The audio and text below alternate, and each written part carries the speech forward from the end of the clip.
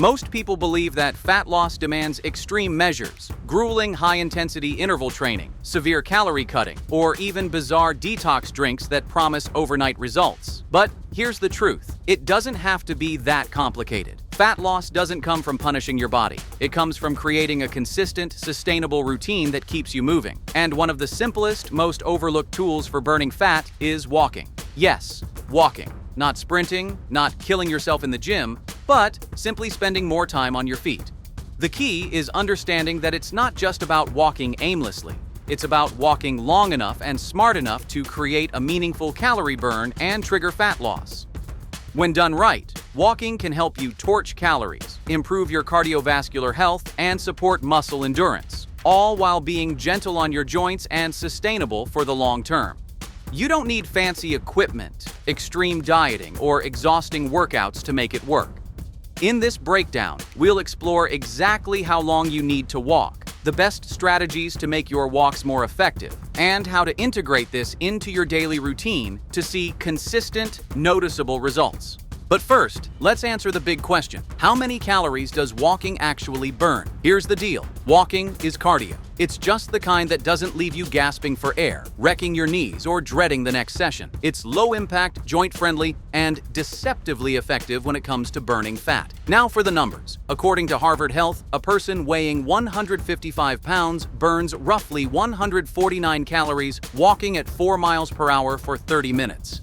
That's not bad for something you could easily squeeze into your lunch break. And if you weigh more, the calorie burn goes up. For instance, someone weighing 185 pounds burns around 178 calories in the same half hour. Now, stretch that out to an hour a day. You're looking at roughly 300 to 350 calories burned daily just from walking, depending on your pace and body weight. Multiply that by 7, and you've got 2,500 to 2,800 calories burned in a week. That's close to 1 full pound of fat lost, simply by adding consistent daily walks. And that's just the start. Here's where it gets even more interesting. A recent study in Nature Medicine followed over 6,000 adults for 4 years and found that people who took around 8,200 steps a day had a significantly lower risk of obesity, type 2 diabetes, depression, acid reflux, and even sleep apnea. In other words, 8,000 steps per day seems to be the sweet spot for weight loss and overall health. That's about 4 miles or roughly an hour of walking depending on your pace. And if you pick up the pace, you can cut that time down and still reap incredible metabolic benefits. But let's be real for a second. You can't outwalk a bad diet. Walking is a tool, a powerful one. But if your days are filled with venti lattes, sugary snacks, and oversized portions, don't expect miracles. The magic happens when you pair smart eating with consistent movement. In short, walk enough, walk smart, and fuel your body with intention. That's the formula for fat loss without the misery of crash diets or punishing workouts. And next, I'll share some game-changing walking strategies to maximize your fat-burning potential. Now let's talk about speed, because how fast you walk really does matter when it comes to burning fat. You see, walking, like any other form of exercise, isn't just about moving your body. It's about effort and where your heart rate lands. And when it comes to fat loss, there's a sweet spot that science loves to talk about: Zone 2 cardio. Zone 2 is where your body burns the highest percentage of fat for fuel. It's that magical range of 60 to 70% of your maximum heart rate. Challenging enough to make your body work, but sustainable enough to keep going for longer durations. So, what does that feel like? If you're in your 40s, it's around 115 beats per minute. Or, more practically, a pace where you can still hold a conversation, but you're definitely a little breathy. This is your brisk walk, not a leisurely stroll. Why does this matter? Because brisk walking recruits more type 1, slow twitch muscle fibers, those endurance powerhouses designed to use fat as their primary fuel source. It's like flipping the metabolic switch in your body, telling it, burn fat first. In other words, walking faster, but not sprinting, turns a simple stroll into a fat-burning machine. But here's where it gets interesting. and a little contradictory. Some research suggests that moderate to high-intensity exercise is the most effective way to burn visceral fat, that deep belly fat linked to health risks like heart disease and diabetes. It makes sense. Push harder, burn more calories, right? But then you look at studies done specifically on walking, and they tell a different story.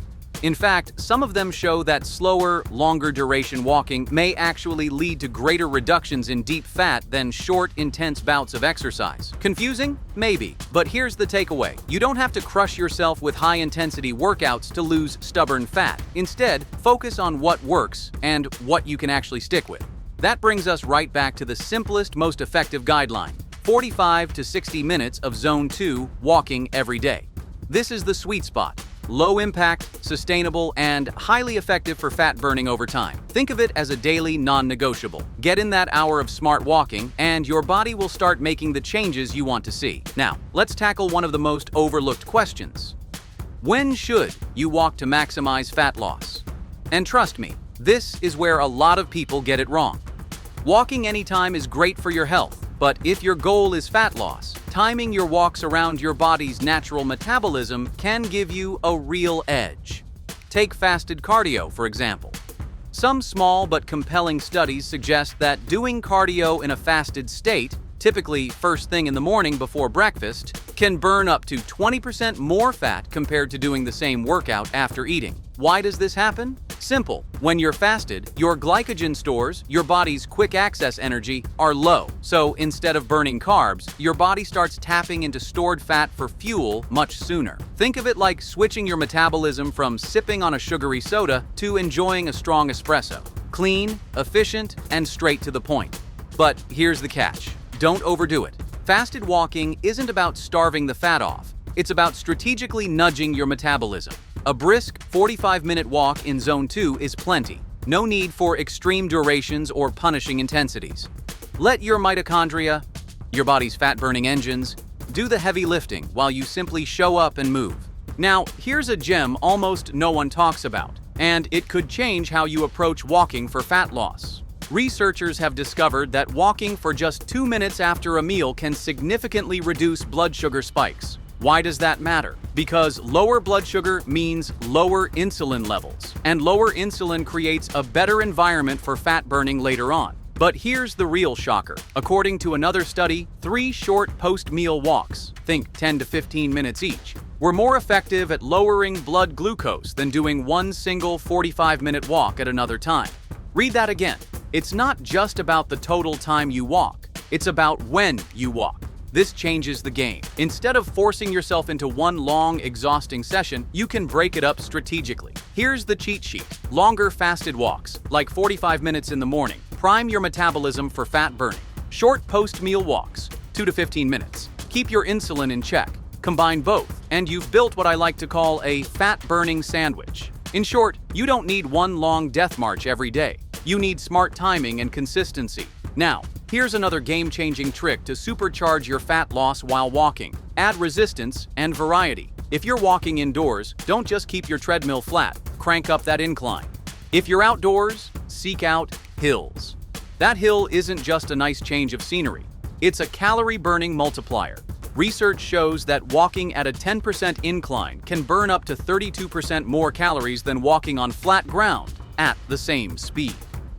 That's a massive increase in energy expenditure without having to walk any faster or longer. Think about it. By simply adding an incline, you're engaging more muscles, your glutes, hamstrings, calves, and even your core, turning an ordinary walk into a full lower body workout. Plus, climbing forces your heart to work harder, which improves cardiovascular health while boosting calorie burn.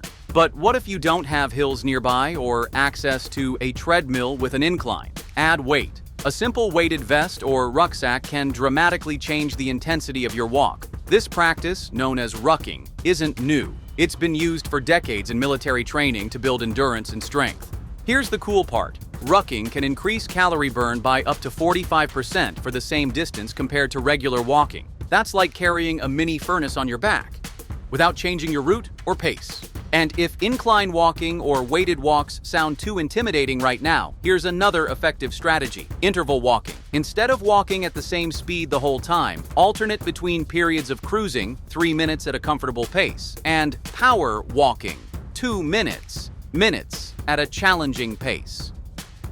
This back and forth pacing does wonders for your metabolism. Why? Because those bursts of effort push your heart rate higher, tapping into more energy systems and triggering what's called the afterburn effect, technically known as excess post-exercise oxygen consumption.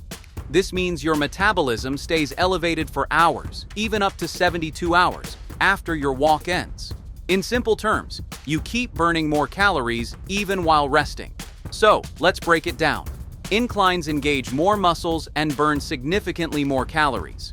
Weighted walking, rucking, turns your walk into a calorie-torching strength builder. Intervals rev your metabolism and keep it elevated long after you've stopped moving. In other words, these aren't just ways to make your walks harder. They make them smarter, more efficient, and exponentially more effective for fat loss. So there you have it. Everything you need to know about how long and how smart you need to walk to lose weight. To recap, longer 45 to 60-minute walks at a brisk pace burn more calories and target fat more effectively. Want to maximize fat loss?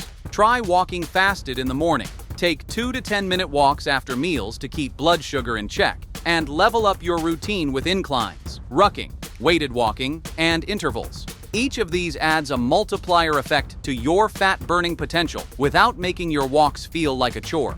But now, I want to hear from you. Do you have any personal tips or tricks for getting the most out of your walks? Drop them in the comments. Your input could help someone else on their journey. And if you found this helpful, hit the thumbs up button and share it with someone who might need this information.